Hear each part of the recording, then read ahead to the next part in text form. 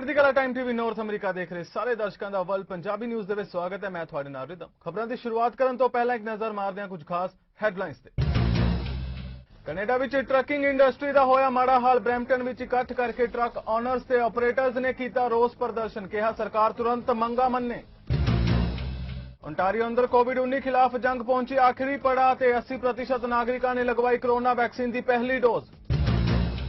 Canada वासियों को मुकम्मल तौर पर वैक्सीनेट करने लई देश अंदर वैक्सीन सप्लाई काफ़ी। 66 मिलियन तो वध खुराकां की हो चुकी है supply.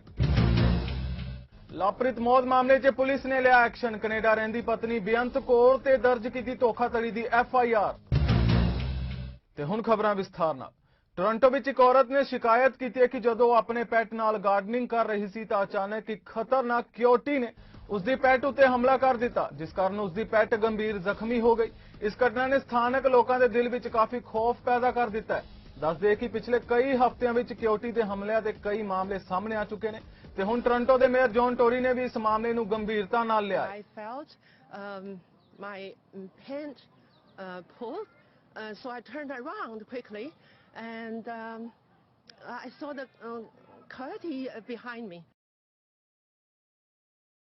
So I was so scared, and I kind of fell on the lawn.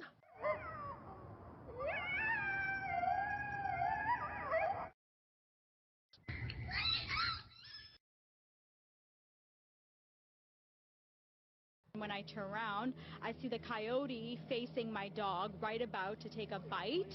And what I did was I pulled the leash as soon as I could, and I started screaming at the coyote, telling him to go away, go away.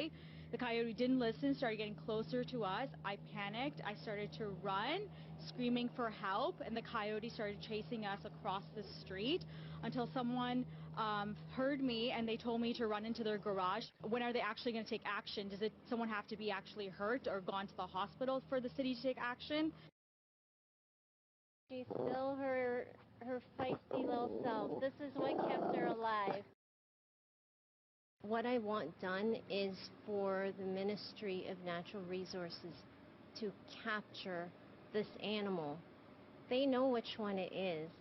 Relocate it, euthanize it. Right now it's not scared of people, and that poses a great danger to us and our children, our pets, everyone. Now mind you, I did see a turkey vulture. For a residential area like this, if the food source is removed, coyotes are not going to be here because there is nothing for them to eat. They're going to disperse into another part of their territory and not hang around here. Mayor Tory writes in part, I understand that residents in this Scarborough neighborhood are very troubled by these increasingly brazen acts by this coyote. I am concerned by the reports we've seen in the media and hope this can be resolved before a person is seriously hurt or before a family pet is lost. पिछले दिनी Winnipeg विच firing की वारदात सामने आई सी ते इस मामले की police वालों बारीकी नाल जांच की जा रही है ते जांच दौरान पुलिस ने शक्की व्यक्ति का एक स्कैच भी जारी किया है। इस मौके पुलिस ने आम लोगों तो सहयोग की मांग की है कि जिसका किसी नूं भी इस अपराधी बारे कोई जानकारी होवे तां ओह संबंधित नंबर उत्ते कॉल करके जानकारी जरूर देवे ताकि पुलिस अपना काम कर सके। For the past 3 months, detectives in the Major Crimes Unit have been investigating a shooting that occurred approximately 5:30 a.m. on April 24th, 2021. 2 males in their 20s were shot while seated in an SUV in the area of College Avenue and Arlington Street. They both arrived at the hospital with severe gunshot wounds. One of the victims was treated and subsequently released, while the other victim sustained severe life-altering injuries. The investigators are now releasing video surveillance of this incident, as well as a composite drawing of a suspect in this shooting. Police are requesting the public's assistance in identifying this suspect. Any information regarding the suspect's whereabouts before or after the shooting is considered very valuable. So we will scan over to the composite drawing. The suspect is described as a male in his late teens or early 20s. He has dark hair and a medium build and had a light-colored hoodie up on his head. This picture will be available of course, on the Winnipeg Police website, as well as Facebook and Twitter feeds after this conference. Next, we will turn to the video, and I just want to provide a warning that it contains graphic content, including audible gunshot sounds. So for a frame of reference, before we play, this vehicle is facing eastbound on College Avenue.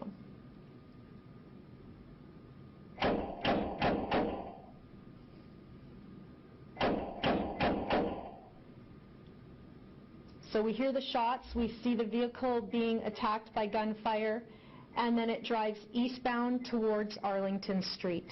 Trucking industry Canada ਦੀ ਆਰਥਿਕਤਾ ਦੀ ਰੀੜ੍ਹ ਦੀ ਹੱਡੀ ਮੰਨੀ ਜਾਂਦੀ ਹੈ, ਪਰ ਹੁਣ ਸਰਕਾਰ ਦੀਆਂ ਗਲਤ ਪਾਲਿਸੀਆਂ ਕਾਰਨ ਟਰੱਕਿੰਗ ਕਰਨ ਵਾਲਿਆਂ ਨੂੰ ਕਾਫੀ ਮੁਸ਼ਕਲਾਂ ਦਾ ਸਾਹਮਣਾ ਕਰਨਾ ਪੈ ਰਿਹਾ ਹੈ ਤੇ ਹੁਣ ਅਖੀਰ ਕੈਨੇਡੀਅਨ ਟਰੱਕਿੰਗ ਐਸੋਸੀਏਸ਼ਨ ਦੇ ਸੱਦੇ ਉੱਤੇ ਹਜ਼ਾਰਾਂ ਦੀ ਗਿਣਤੀ ਵਿੱਚ ਟਰੱਕ ਓਨਰ ਤੇ ਆਪਰੇਟਰ ਇਕੱਠੇ ਹੋਏ, ਜਿੱਥੇ ਉਹਨਾਂ ਸਰਕਾਰ ਅੱਗੇ ਕਈ ਮੰਗਾਂ ਰੱਖੀਆਂ। ਇਸ ਮੌਕੇ ਐਮਪੀਪੀ ਅਮਰਜੋਤ ਸੰਧੂ ਤੇ ਸਿਟੀ ਕੌਂਸਲਰ ਹਰਕੀਰਤ ਸਿੰਘ ਵੀ ਪਹੁੰਚੇ, ਜਿਨ੍ਹਾਂ ਨੇ ਟਰੱਕ ਆਪਰੇਟਰਾਂ ਦੀਆਂ ਮੰਗਾਂ ਸੁਣੀਆਂ ਤੇ ਆਪਣੇ ਪੱਧਰ ਉੱਤੇ ਆਵਾਜ਼ ਬੁਲੰਦ ਕਰਨ ਦਾ ਭਰੋਸਾ ਵੀ ਦਿੱਤਾ। ਸਭ ਤੋਂ ਪਹਿਲੀ ਪ੍ਰੋਬਲਮ ਆ ਕਿ ਆਪਣਾ ਸਾਰੇ ਬੰਦਿਆਂ ਨੂੰ ਮੀਲਾਂ ਜਿੰਨੀਆਂ ਮਰਜ਼ੀ ਪਾ ਲਓ, ਹਨਾ। ਕੰਪਨੀ ਤੁਸੀਂ ਕੋਈ ਵੀ ਕੰਪਨੀ 'ਚ ਕੰਮ ਕਰਦੇ ਆ ਉਹਨੂੰ 3600 ਮੀਲ ਲੈ ਲਓ, 3700 ਲੈ ਲਓ, ਕੰਪਨੀ ਤੁਹਾਨੂੰ ਹੱਸ ਕੇ ਦਿੰਦੀ ਆ, ਹਨਾ। ਕਿਉਂਕਿ ਉਹ ਰੇਟ ਲੋ ਆ ਨਾ, ਮੀਲਾਂ ਤੁਹਾਨੂੰ ਪ੍ਰੋਪਰ ਦੇਣਗੇ, ਕਦੇ ਤੁਹਾਨੂੰ ਕਿਸੇ ਗੇੜੇ ਤੋਂ ਜਵਾਬ ਨਹੀਂ ਦਿੰਦੇ, ਹਨਾ। ਕਿਉਂਕਿ ਮੀਲ ਤੁਹਾਨੂੰ ਜਿੰਨੀ ਪਾਉਣੀ ਆ, ਯੂ ਟਰਨ ਮਾਰਨੀ ਆ, ਜੋ ਮਾਰਨੀ ਆ ਉਹ ਤੁਹਾਨੂੰ ਦਿੰਦੇ ਆ, ਪਰ ਆਪਣਾ ਪੇ ਰੇਟ ਨਹੀਂ ਹੈਗਾ। ਆਪਣਾ ਮੇਨ ਮਕਸਦ ਸਾਰਿਆਂ ਦਾ ਇਕੱਠਾ ਹੋਣ ਦਾ ਇਹ ਹੈ ਕਿ ਆਪਾਂ ਮੀਲਾਂ ਘੱਟ ਪਾਈਏ। ਮੰਨ ਲਓ ਕੋਈ 3000 ਮੀਲ ਪਾਉਂਦਾ, ਆਪਾਂ ਨੂੰ ਪੈਸੇ ਘੱਟੋ ਘੱਟ ਉਹਦੇ ਦੁੱਗਣੇ ਮਿਲਣ। ਦੂਜੀ ਗੱਲ ਇਹ ਹੈ ਕਿ ਬਾਈ ਕੰਪਨੀ ਵਾਲੇ ਛੋਟੀ ਉਮਰ ਦੇ ਡਿਸਪੈਚਰ ਰੱਖ ਲੈਂਦੇ ਆ, ਹਨਾ। ਉਹਨਾਂ ਨੂੰ ਨਾ ਤਾਂ ਕਿਸੇ ਨੂੰ ਲਾਈਕ ਪ੍ਰੋਪਰ ਟ੍ਰੇਨਿੰਗ ਹੁੰਦੀ ਆ ਕਿਸੇ ਵੀ ਚੀਜ਼ ਦਾ ਹੱਲ ਕਰਨ ਲਈ, ਉਹ ਆਪਾਂ ਨੂੰ ਪੁਸ਼ ਕਰਦੇ ਆ, ਹਨਾ। ਜਦੋਂ ਆਪਾਂ ਨੂੰ ਪੁਸ਼ ਕਰਦੇ ਤਾਂ ਫਿਰ ਲੜਾਈ ਹੁੰਦੀ ਆ। ਸਭ ਤੋਂ ਪਹਿਲਾਂ ਇਹ ਆਪਾਂ ਇਹ 'ਚ ਮੇਨ ਮੁੱਦਾ ਰੱਖਣਾ ਕਿ ਵਧੀਆ ਕੁਆਲੀਫਾਈ ਡਿਸਪੈਚਰ ਹੋਣੇ ਚਾਹੀਦੇ ਆ, ਜਿਹੜੇ ਬੰਦਿਆਂ ਨੂੰ ਗੱਲ ਕਰਨ ਦੀ ਵੀ ਪਤਾ ਹੋਣੀ ਚਾਹੀਦੀ ਆ, ਨਾ। ਇੱਕ ਬੰਦੇ ਕੋਲੇ 500 ਟਰੱਕ ਆ, ਉਹ ਇੱਕ ਹੀ ਟਰੱਕ ਤੇ ਲੋਡ ਲਿਜਾ ਸਕਦਾ। 499 ਟਰੱਕ ਤਾਂ ਲੋਡ ਆਪਾਂ ਹੀ ਖਿੱਚਣੇ ਆ। ਜੇ ਆਪਾਂ ਸਾਰਿਆਂ 'ਚ ਏਕਾ ਹੋਊਗਾ ਤਾਂ ਫਿਰ ਆਪਾਂ ਮੂੰਹ ਮੰਗੇ ਪੈਸੇ ਜਿੰਨੇ ਵੀ ਆਪਾਂ ਨੂੰ ਆਪਣੇ ਹੱਕ ਚਾਹੀਦੇ ਆਪਾਂ ਲੈ ਸਕਦੇ। ਸੋ ਜਿੰਨੇ ਵੀ ਦੂਰ ਜਾਂਦੇ ਆ ਜੀ, ਵਾਸ਼ਰੂਮ ਦਾ ਜਿਹੜਾ ਐਕਸੈਸ ਤੁਹਾਨੂੰ ਨਹੀਂ ਦਿੱਤਾ ਜਾਂਦਾ, ਉਹ ਸਭ ਤੋਂ ਪਹਿਲਾਂ ਜਿਹੜੀ ਆ ਮਿਨਿਸਟਰੀ ਆਫ ਟਰਾਂਸਪੋਰਟੇਸ਼ਨ ਦੇ ਨਾਲ ਮੈਂ ਗੱਲ ਕੀਤੀ ਸੀ ਕਿ ਜਿਹੜਾ ਇਸ਼ੂ ਇੰਨਾ ਆ ਰਿਹਾ, ਆਪਣੇ ਜਿਹੜੇ ਟਰੱਕ ਡਰਾਈਵਰ ਵੀਰ ਆਪਾਂ ਉਹਨਾਂ ਨੂੰ ਫਰੰਟ ਲਾਈਨ ਵਰਕਰਸ ਕਹਿੰਦੇ ਆ।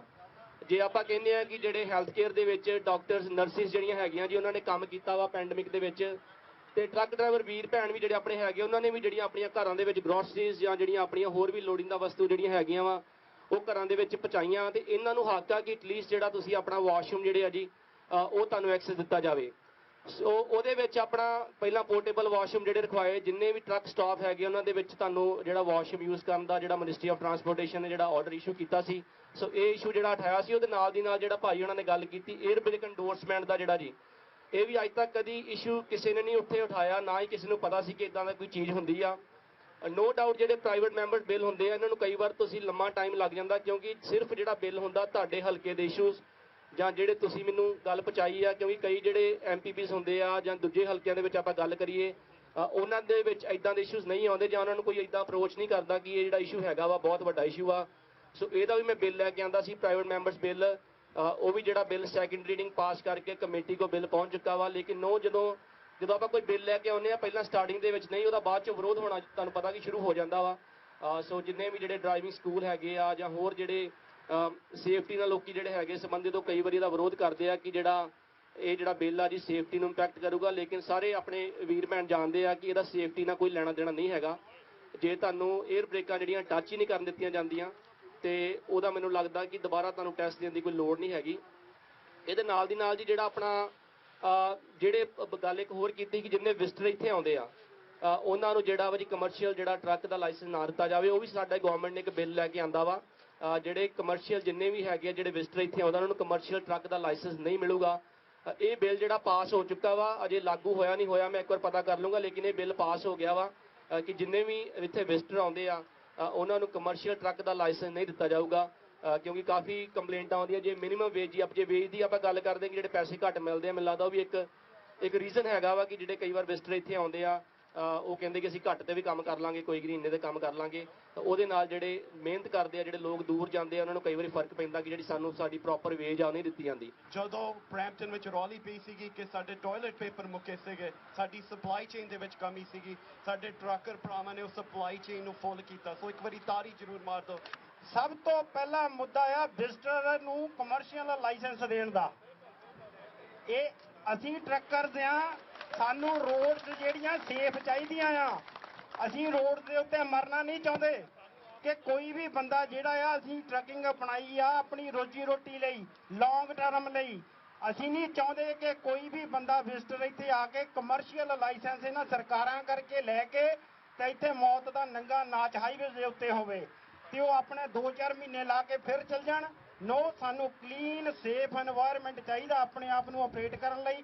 ओंटारियो के chief medical officer of health का कहना है कि कोविड-19 खिलाफ जारी लड़ाई के आखिरी गेड़ विच हुण प्रोविंस पहुंच चुकिया है। डॉक्टर किरण मूरे ने कहा कि रोजाना हो रही वैक्सीनेशन विच वाधा होने के बावजूद 10 विचों 2 ओंटारियो वासी अजे भी अजिहे ने जिन्हां ने पहली डोज नहीं लीती है। I want to commend the work of public health units across the province that have reached the goal of attaining 80% of the eligible populations in their jurisdictions with 1 dose of a COVID-19 vaccine.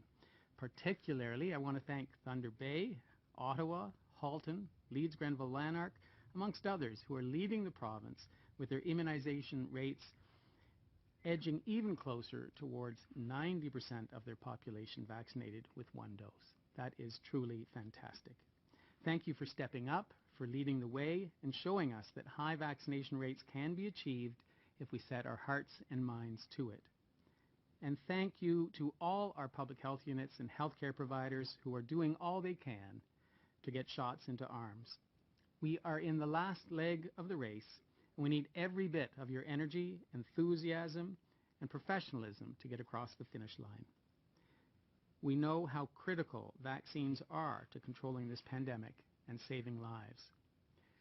Due to the direct effects of the vaccination program, Public Health Ontario released today that is an estimated 31,280 cases of COVID-19 amongst individuals 18 and over have been prevented to date. Canada ਦੇ vaccine ਪ੍ਰਕਿਰਿਆ ਦੌਰਾਨ ਇੱਕ ਮੀਲ ਪੱਥਰ ਕਾਇਮ ਕਰ ਲਿਆ ਹੈ, ਜਿਸ ਲਈ ਕੈਨੇਡਾ ਦੀ ਪ੍ਰੋਕਿਉਰਮੈਂਟ ਮਿਨਿਸਟਰ ਅਨੀਤਾ ਆਨੰਦ ਨੇ ਵੱਡੀ ਖੁਸ਼ਖਬਰੀ ਸਾਂਝੀ ਕੀਤੀ ਹੈ। ਉਹਨਾਂ ਦੱਸਿਆ ਕਿ ਵੈਕਸੀਨ ਸਪਲਾਈ ਵਿੱਚ ਵੱਡੀ ਖੇਪ ਕੈਨੇਡਾ ਨੂੰ ਹਾਸਲ ਹੋਈ ਹੈ, ਜਿਸ ਵਿੱਚ 66 ਮਿਲੀਅਨ ਤੋਂ ਵੱਧ ਵੈਕਸੀਨ ਦੀਆਂ ਖੁਰਾਕਾਂ ਮਿਲੀਆਂ ਨੇ, ਜੋ ਦੇਸ਼ ਦੇ ਹਰੇਕ ਵਿਅਕਤੀ ਦੇ ਟੀਕਾਕਰਨ ਲਈ ਕਾਫੀ ਨੇ। Between December 2020 and March 31st, 2021, we were able to exceed our target of 6 million vaccines by 3.5 million doses, so that we ended the first quarter with 9.5 million vaccines in this country. Then again in the second quarter of this year, we targeted receiving 48 to 50 million vaccines in this country. And again, we closed out June with more than 50 million vaccines in this country. Our overall goal was to ensure that all eligible Canadians would have access to vaccines prior to the end of September. And I am delighted to be here today to mark the arrival of more than 66 million vaccines in this country, and prior to the end of this week we will see 68 million vaccines in Canada on home turf. This again surpasses our timeline by 2 months. ਵਿਦੇਸ਼ travel ਕਰਨ ਲਈ ਕੋਵਿਡ-19 vaccine status ਦਾ ਸਬੂਤ Canadian ਨੂੰ ਕਦੋਂ ਮਿਲੇਗਾ? ਇਸ ਬਾਰੇ ਪ੍ਰਧਾਨ ਮੰਤਰੀ ਜਸਟਿਨ ਟਰੂਡੋ ਵੱਲੋਂ ਇਹ ਵਾਅਦਾ ਕੀਤਾ ਗਿਆ ਕਿ ਇਸ ਵਾਸਤੇ ਸਿਸਟਮ ਬਿਲਕੁਲ ਸਧਾਰਨ ਤੇ ਕਾਰਗਰ ਹੋਵੇਗਾ। ਇਸ ਸਬੰਧ ਵਿੱਚ ਉਹਨਾਂ ਨੇ ਕਿਹਾ ਕਿ ਕੋਈ ਨੈਸ਼ਨਲ ਸਿਸਟਮ ਲਿਆਉਣ ਲਈ ਫੈਡਰਲ ਸਰਕਾਰ ਉੱਤੇ ਦਬਾਅ ਵਧ ਰਿਹਾ ਹੈ ਤੇ ਕੈਨੇਡੀਅਨਸ ਚਾਹੁੰਦੇ ਨੇ ਕਿ ਜਿਵੇਂ ਹੋਰਨਾਂ ਮੁਲਕਾਂ ਵੱਲੋਂ ਤੇਜ਼ੀ ਨਾਲ ਆਪਣਾ ਇੱਕ ਸਿਸਟਮ ਅਪਣਾ ਲਿਆ ਗਿਆ ਹੈ, ਉਸੇ ਤਰ੍ਹਾਂ ਫੈਡਰਲ ਸਰਕਾਰ ਵੀ ਕੋਈ ਸਿਸਟਮ ਜਲਦ ਅਪਣਾਵੇ। I think when we're talking about a massive vaccination campaign like we've seen in Canada, where frontline health workers, provinces, the federal government have all worked together along with volunteers and community members across the country, you have to recognize that we have done extraordinarily well. We're at the top of the world in terms of vaccination processes. But there's always more to do. And one of the things that I'm emphasizing for people is that Health Canada approval processes are widely respected as being amongst the best in the world. We are one of those touchstone agencies that people look to see if a product or a process is safe. And the fact that Health Canada is recognizing the vaccines that are most safe and effective for Canadians is something that we are making sure people understand around the world. We will continue to work with our international partners to recognize that Health Canada processes are outstanding, and anyone who is considered fully vaccinated in Canada is safe to travel around the world.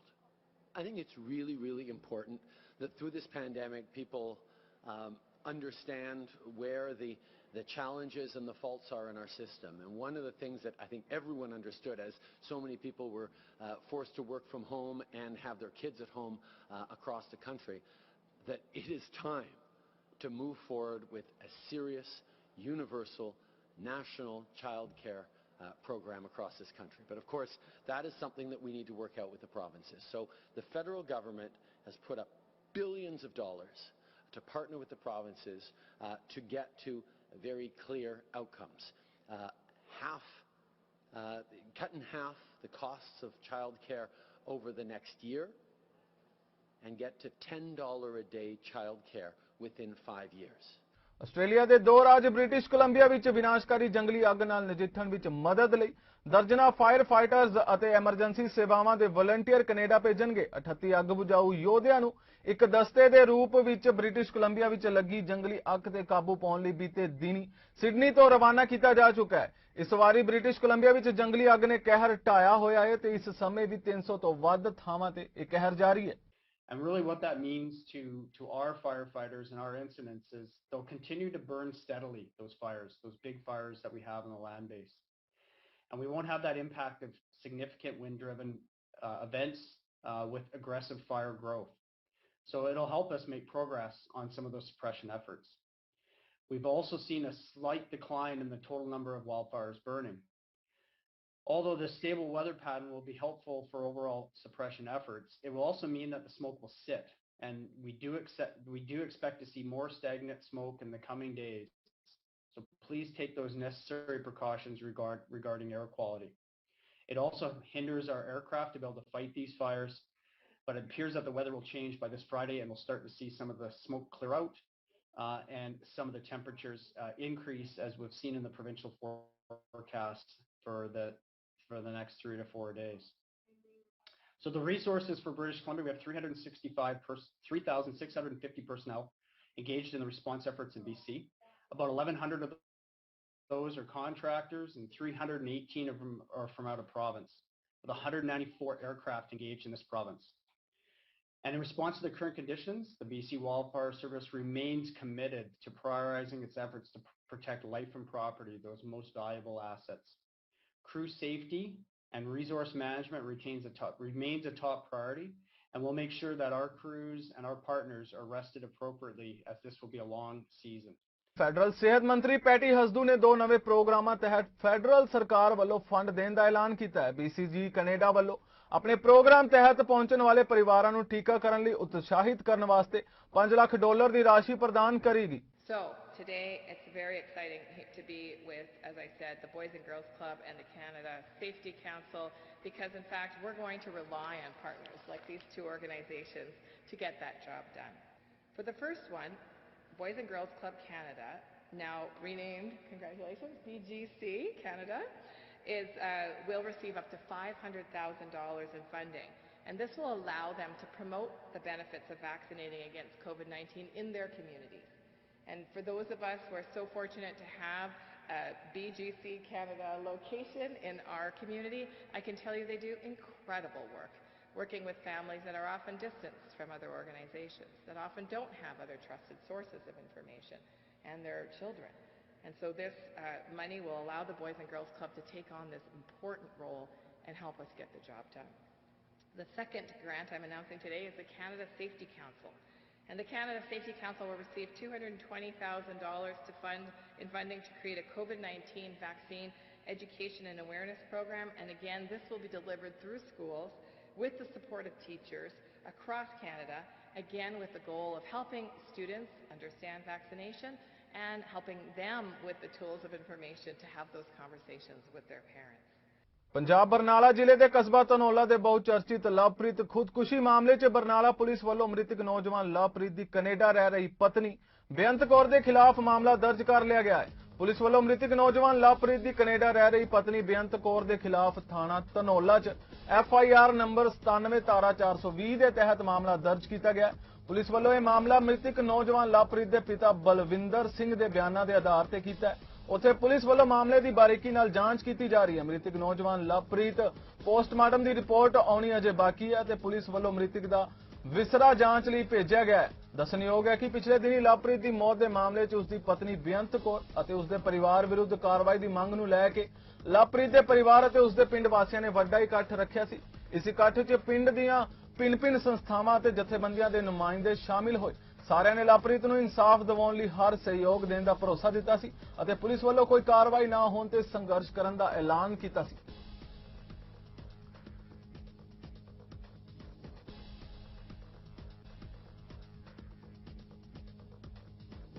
26 ਜੁਲਾਈ 2018 ਚ ਇਕੋ ਸਿੱਖ foundation ਵੱਲੋਂ ਸ੍ਰੀ ਗੁਰੂ ਨਾਨਕ ਦੇਵ ਜੀ ਦੇ 550ਵੇਂ ਪ੍ਰਕਾਸ਼ ਪੁਰਬ ਨੂੰ ਸਮਰਪਿਤ ਇੱਕ ਮੁਹਿੰਮ ਦੀ ਸ਼ੁਰੂਆਤ ਕੀਤੀ ਗਈ ਸੀ, ਜਿਸ ਦਾ ਮਕਸਦ ਗੁਰੂ ਨਾਨਕ ਦੇਵ ਜੀ ਦੇ ਸਿਧਾਂਤਾਂ ਤੇ ਉਪਦੇਸ਼ਾਂ ਨੂੰ ਲੋਕਾਂ ਤੱਕ ਪਹੁੰਚਾਉਣ ਲਈ ਗੁਰੂ ਨਾਨਕ ਦੇਵ ਜੀ ਨੂੰ ਸਮਰਪਿਤ 550 ਰੁੱਖ ਗੁਰੂ ਜੀ ਦੇ ਨਾਮ ਪੰਜਾਬ ਦੇ ਹਰ ਸਕੂਲ, ਕਾਲਜ, ਗੁਰਦੁਆਰੇ, ਪਿੰਡਾਂ ਜਾਂ ਕਿਸੇ ਵੀ ਜਗ੍ਹਾ ਤੇ 550 ਰੁੱਖ ਲਗਵਾਉਣ ਦਾ ਨਾਅਰਾ ਦਿੱਤਾ ਗਿਆ, ਜਿਸ ਸਦਕਾ ਉਸ ਸਮੇਂ ਪੰਜਾਬ ਸਰਕਾਰ ਵੱਲੋਂ 7.5 ਲੱਖ ਰੁੱਖ ਲਗਾਏ ਗਏ, ਜਿਸ ਸਦਕਾ ਇਕੋ ਸਿੱਖ ਫਾਊਂਡੇਸ਼ਨ ਵੱਲੋਂ ਬਠਿੰਡਾ ਵਿਖੇ 14 ਮਾਰਚ 2019 ਚ ਪਹਿਲਾ ਗੁਰੂ ਨਾਨਕ ਪਵਿੱਤਰ ਜੰਗਲ ਲਗਾਇਆ ਗਿਆ ਤੇ ਇਸੇ ਮੁਹਿੰਮ ਤਹਿਤ ਹੁਣ ਤੱਕ 341 ਜੰਗਲ ਪੰਜਾਬ 'ਚ ਇਕੋ ਸਿੱਖ ਵੱਲੋਂ ਗੁਰੂ ਨਾਨਕ ਸਾਹਿਬ ਜੀ ਦੀ ਸ਼ਾਨ 'ਚ ਲਗਾ ਦਿੱਤੇ ਗਏ ਨੇ, ਜਿਸ ਦੀ ਜਾਣਕਾਰੀ ਇਕੋ ਸਿੱਖ ਦੇ ਫਾਊਂਡਰ ਡਾਕਟਰ ਰਾਜਵੰਤ ਸਿੰਘ ਵੱਲੋਂ ਦਿੱਤੀ ਗਈ ਤੇ ਹੋਰ ਵੀ ਸਿੱਖ ਸੰਗਤਾਂ ਨੂੰ ਵੀ ਗੁਰੂ ਨਾਨਕ ਦੇਵ ਜੀ ਨੂੰ ਸਮਰਪਿਤ ਰੁੱਖ ਲਗਾਉਣ ਦੀ ਬੇਨਤੀ ਵੀ ਕੀਤੀ ਗਈ। ਆਓ ਨਜ਼ਰ ਮਾਰਦੇ ਹਾਂ ਇਸ ਖਾਸ ਰਿਪੋਰਟ ਤੇ।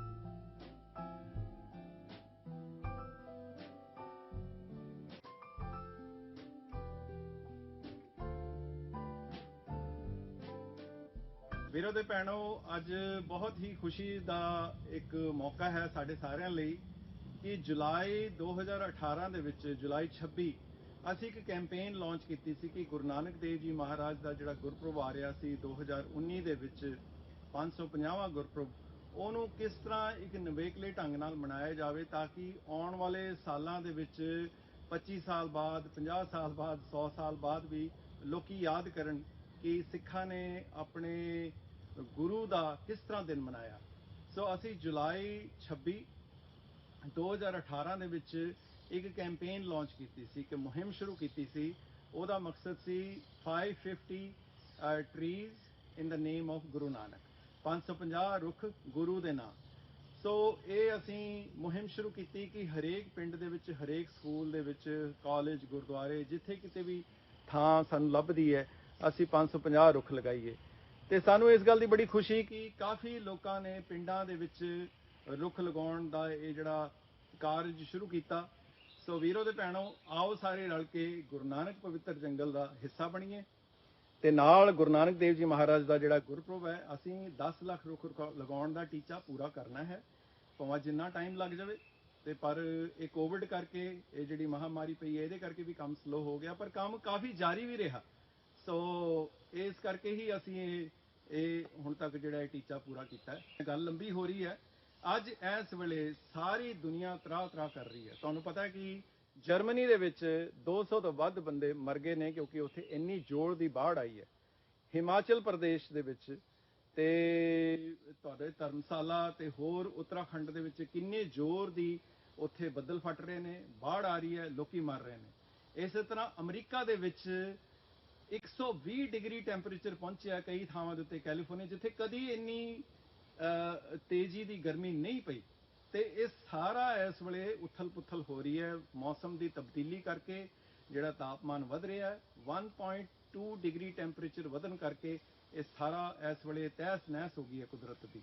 ਸੋ ਇਸ ਕਰਕੇ ਜੇ ਅਸੀਂ ਕੁਝ ਕਰਨਾ ਹੈ, ਜੇ ਅਸੀਂ ਇਸ ਕਲਾਈਮੇਟ ਨੂੰ ਬੈਲੈਂਸ ਦੇ ਵਿੱਚ ਲੈ ਕੇ ਆਉਣਾ ਤੇ ਹੋਰ ਕੋਈ ਤਰੀਕਾ ਨਹੀਂ ਜੰਗਲ ਲਗਾਉਣ ਤੋਂ ਬਗੈਰ।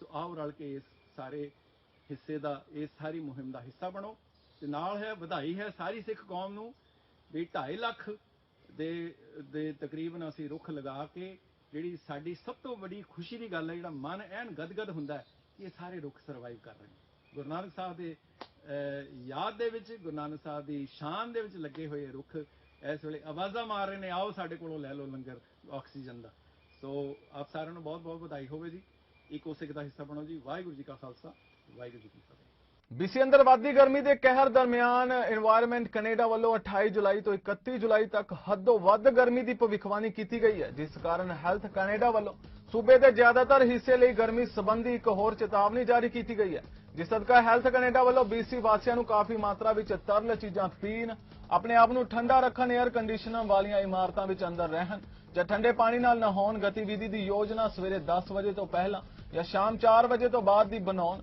ਹੌਲੇ ਹਲਕੇ ਰੰਗਾਂ ਵਾਲੇ ਢਿੱਲੇ ਢਾਲੇ ਕੱਪੜੇ ਅਤੇ ਇੱਕ ਚੌੜੇ ਕਿਨਾਰੇ ਵਾਲਾ ਹੈਟ ਪਹਿਨਣ ਜਾਂ ਛਾਂ ਵਾਸਤੇ ਛਤਰੀ ਦੀ ਵਰਤੋਂ ਕਰਨ ਕਿਸੇ ਪਾਰਕ ਕੀਤੀ ਹੋਈ ਕਾਰ ਵਿੱਚ ਬੱਚਿਆਂ ਨੂੰ ਕਦੇ ਵੀ ਇਕੱਲਾ ਨਾ ਛੱਡੋ ਵਡੇਰੀ ਉਮਰ ਦੇ ਬਾਲਗਾਂ ਬੱਚਿਆਂ ਤੇ ਹੋਰਨਾਂ ਦਾ ਗਰਮੀ ਸੰਬੰਧਿਤ ਬਿਮਾਰੀਆਂ ਦੇ ਚਿੰਨ੍ਹਾਂ ਲਈ ਬਕਾਇਦਾ ਪਤਾ ਕਰਦੇ ਰਹਿਣ ਪਾਲਤੂ ਜਾਨਵਰਾਂ ਨੂੰ ਪਾਰਕ ਕੀਤੀ ਹੋਈ ਕਾਰ ਵਿੱਚ ਨਾ ਛੱਡੋ ਅਤੇ ਉਹਨਾਂ ਨੂੰ ਕਾਫੀ ਮਾਤਰਾ ਵਿੱਚ ਪਾਣੀ ਅਤੇ ਛਾਂ ਮੁਹੱਈਆ ਕਰਵਾਉਣ ਆਦਿ ਸਾਵਧਾਨੀਆਂ ਵਰਤਣ ਦੀ ਹਦਾਇਤ ਦਿੱਤੀ ਗਈ ਹੈ ਫਿਲਹਾਲ ਵਰਲਡ ਪੰਜਾਬੀ ਨਿਊਜ਼ ਦੇ ਇਸ ਬੁਲੇਟਿਨ ਵਿੱਚ ਇੰਨਾ ਹੀ ਹੋਰ ਤਾਜ਼ਾ ਖਬਰਾਂ ਲਈ ਤੁਸੀਂ ਜੁੜੇ ਰਹੋ ਚੜ੍ਹਦੀ ਕਲਾ ਟਾਈਮ ਟੀਵੀ ਨਾਰਥ ਅਮਰੀਕਾ ਦੇ ਨਾਲ ਮੈਨੂੰ ਰਿਦਮ ਨੂੰ ਦਿਓ ਆਗਿਆ ਧੰਨਵਾਦ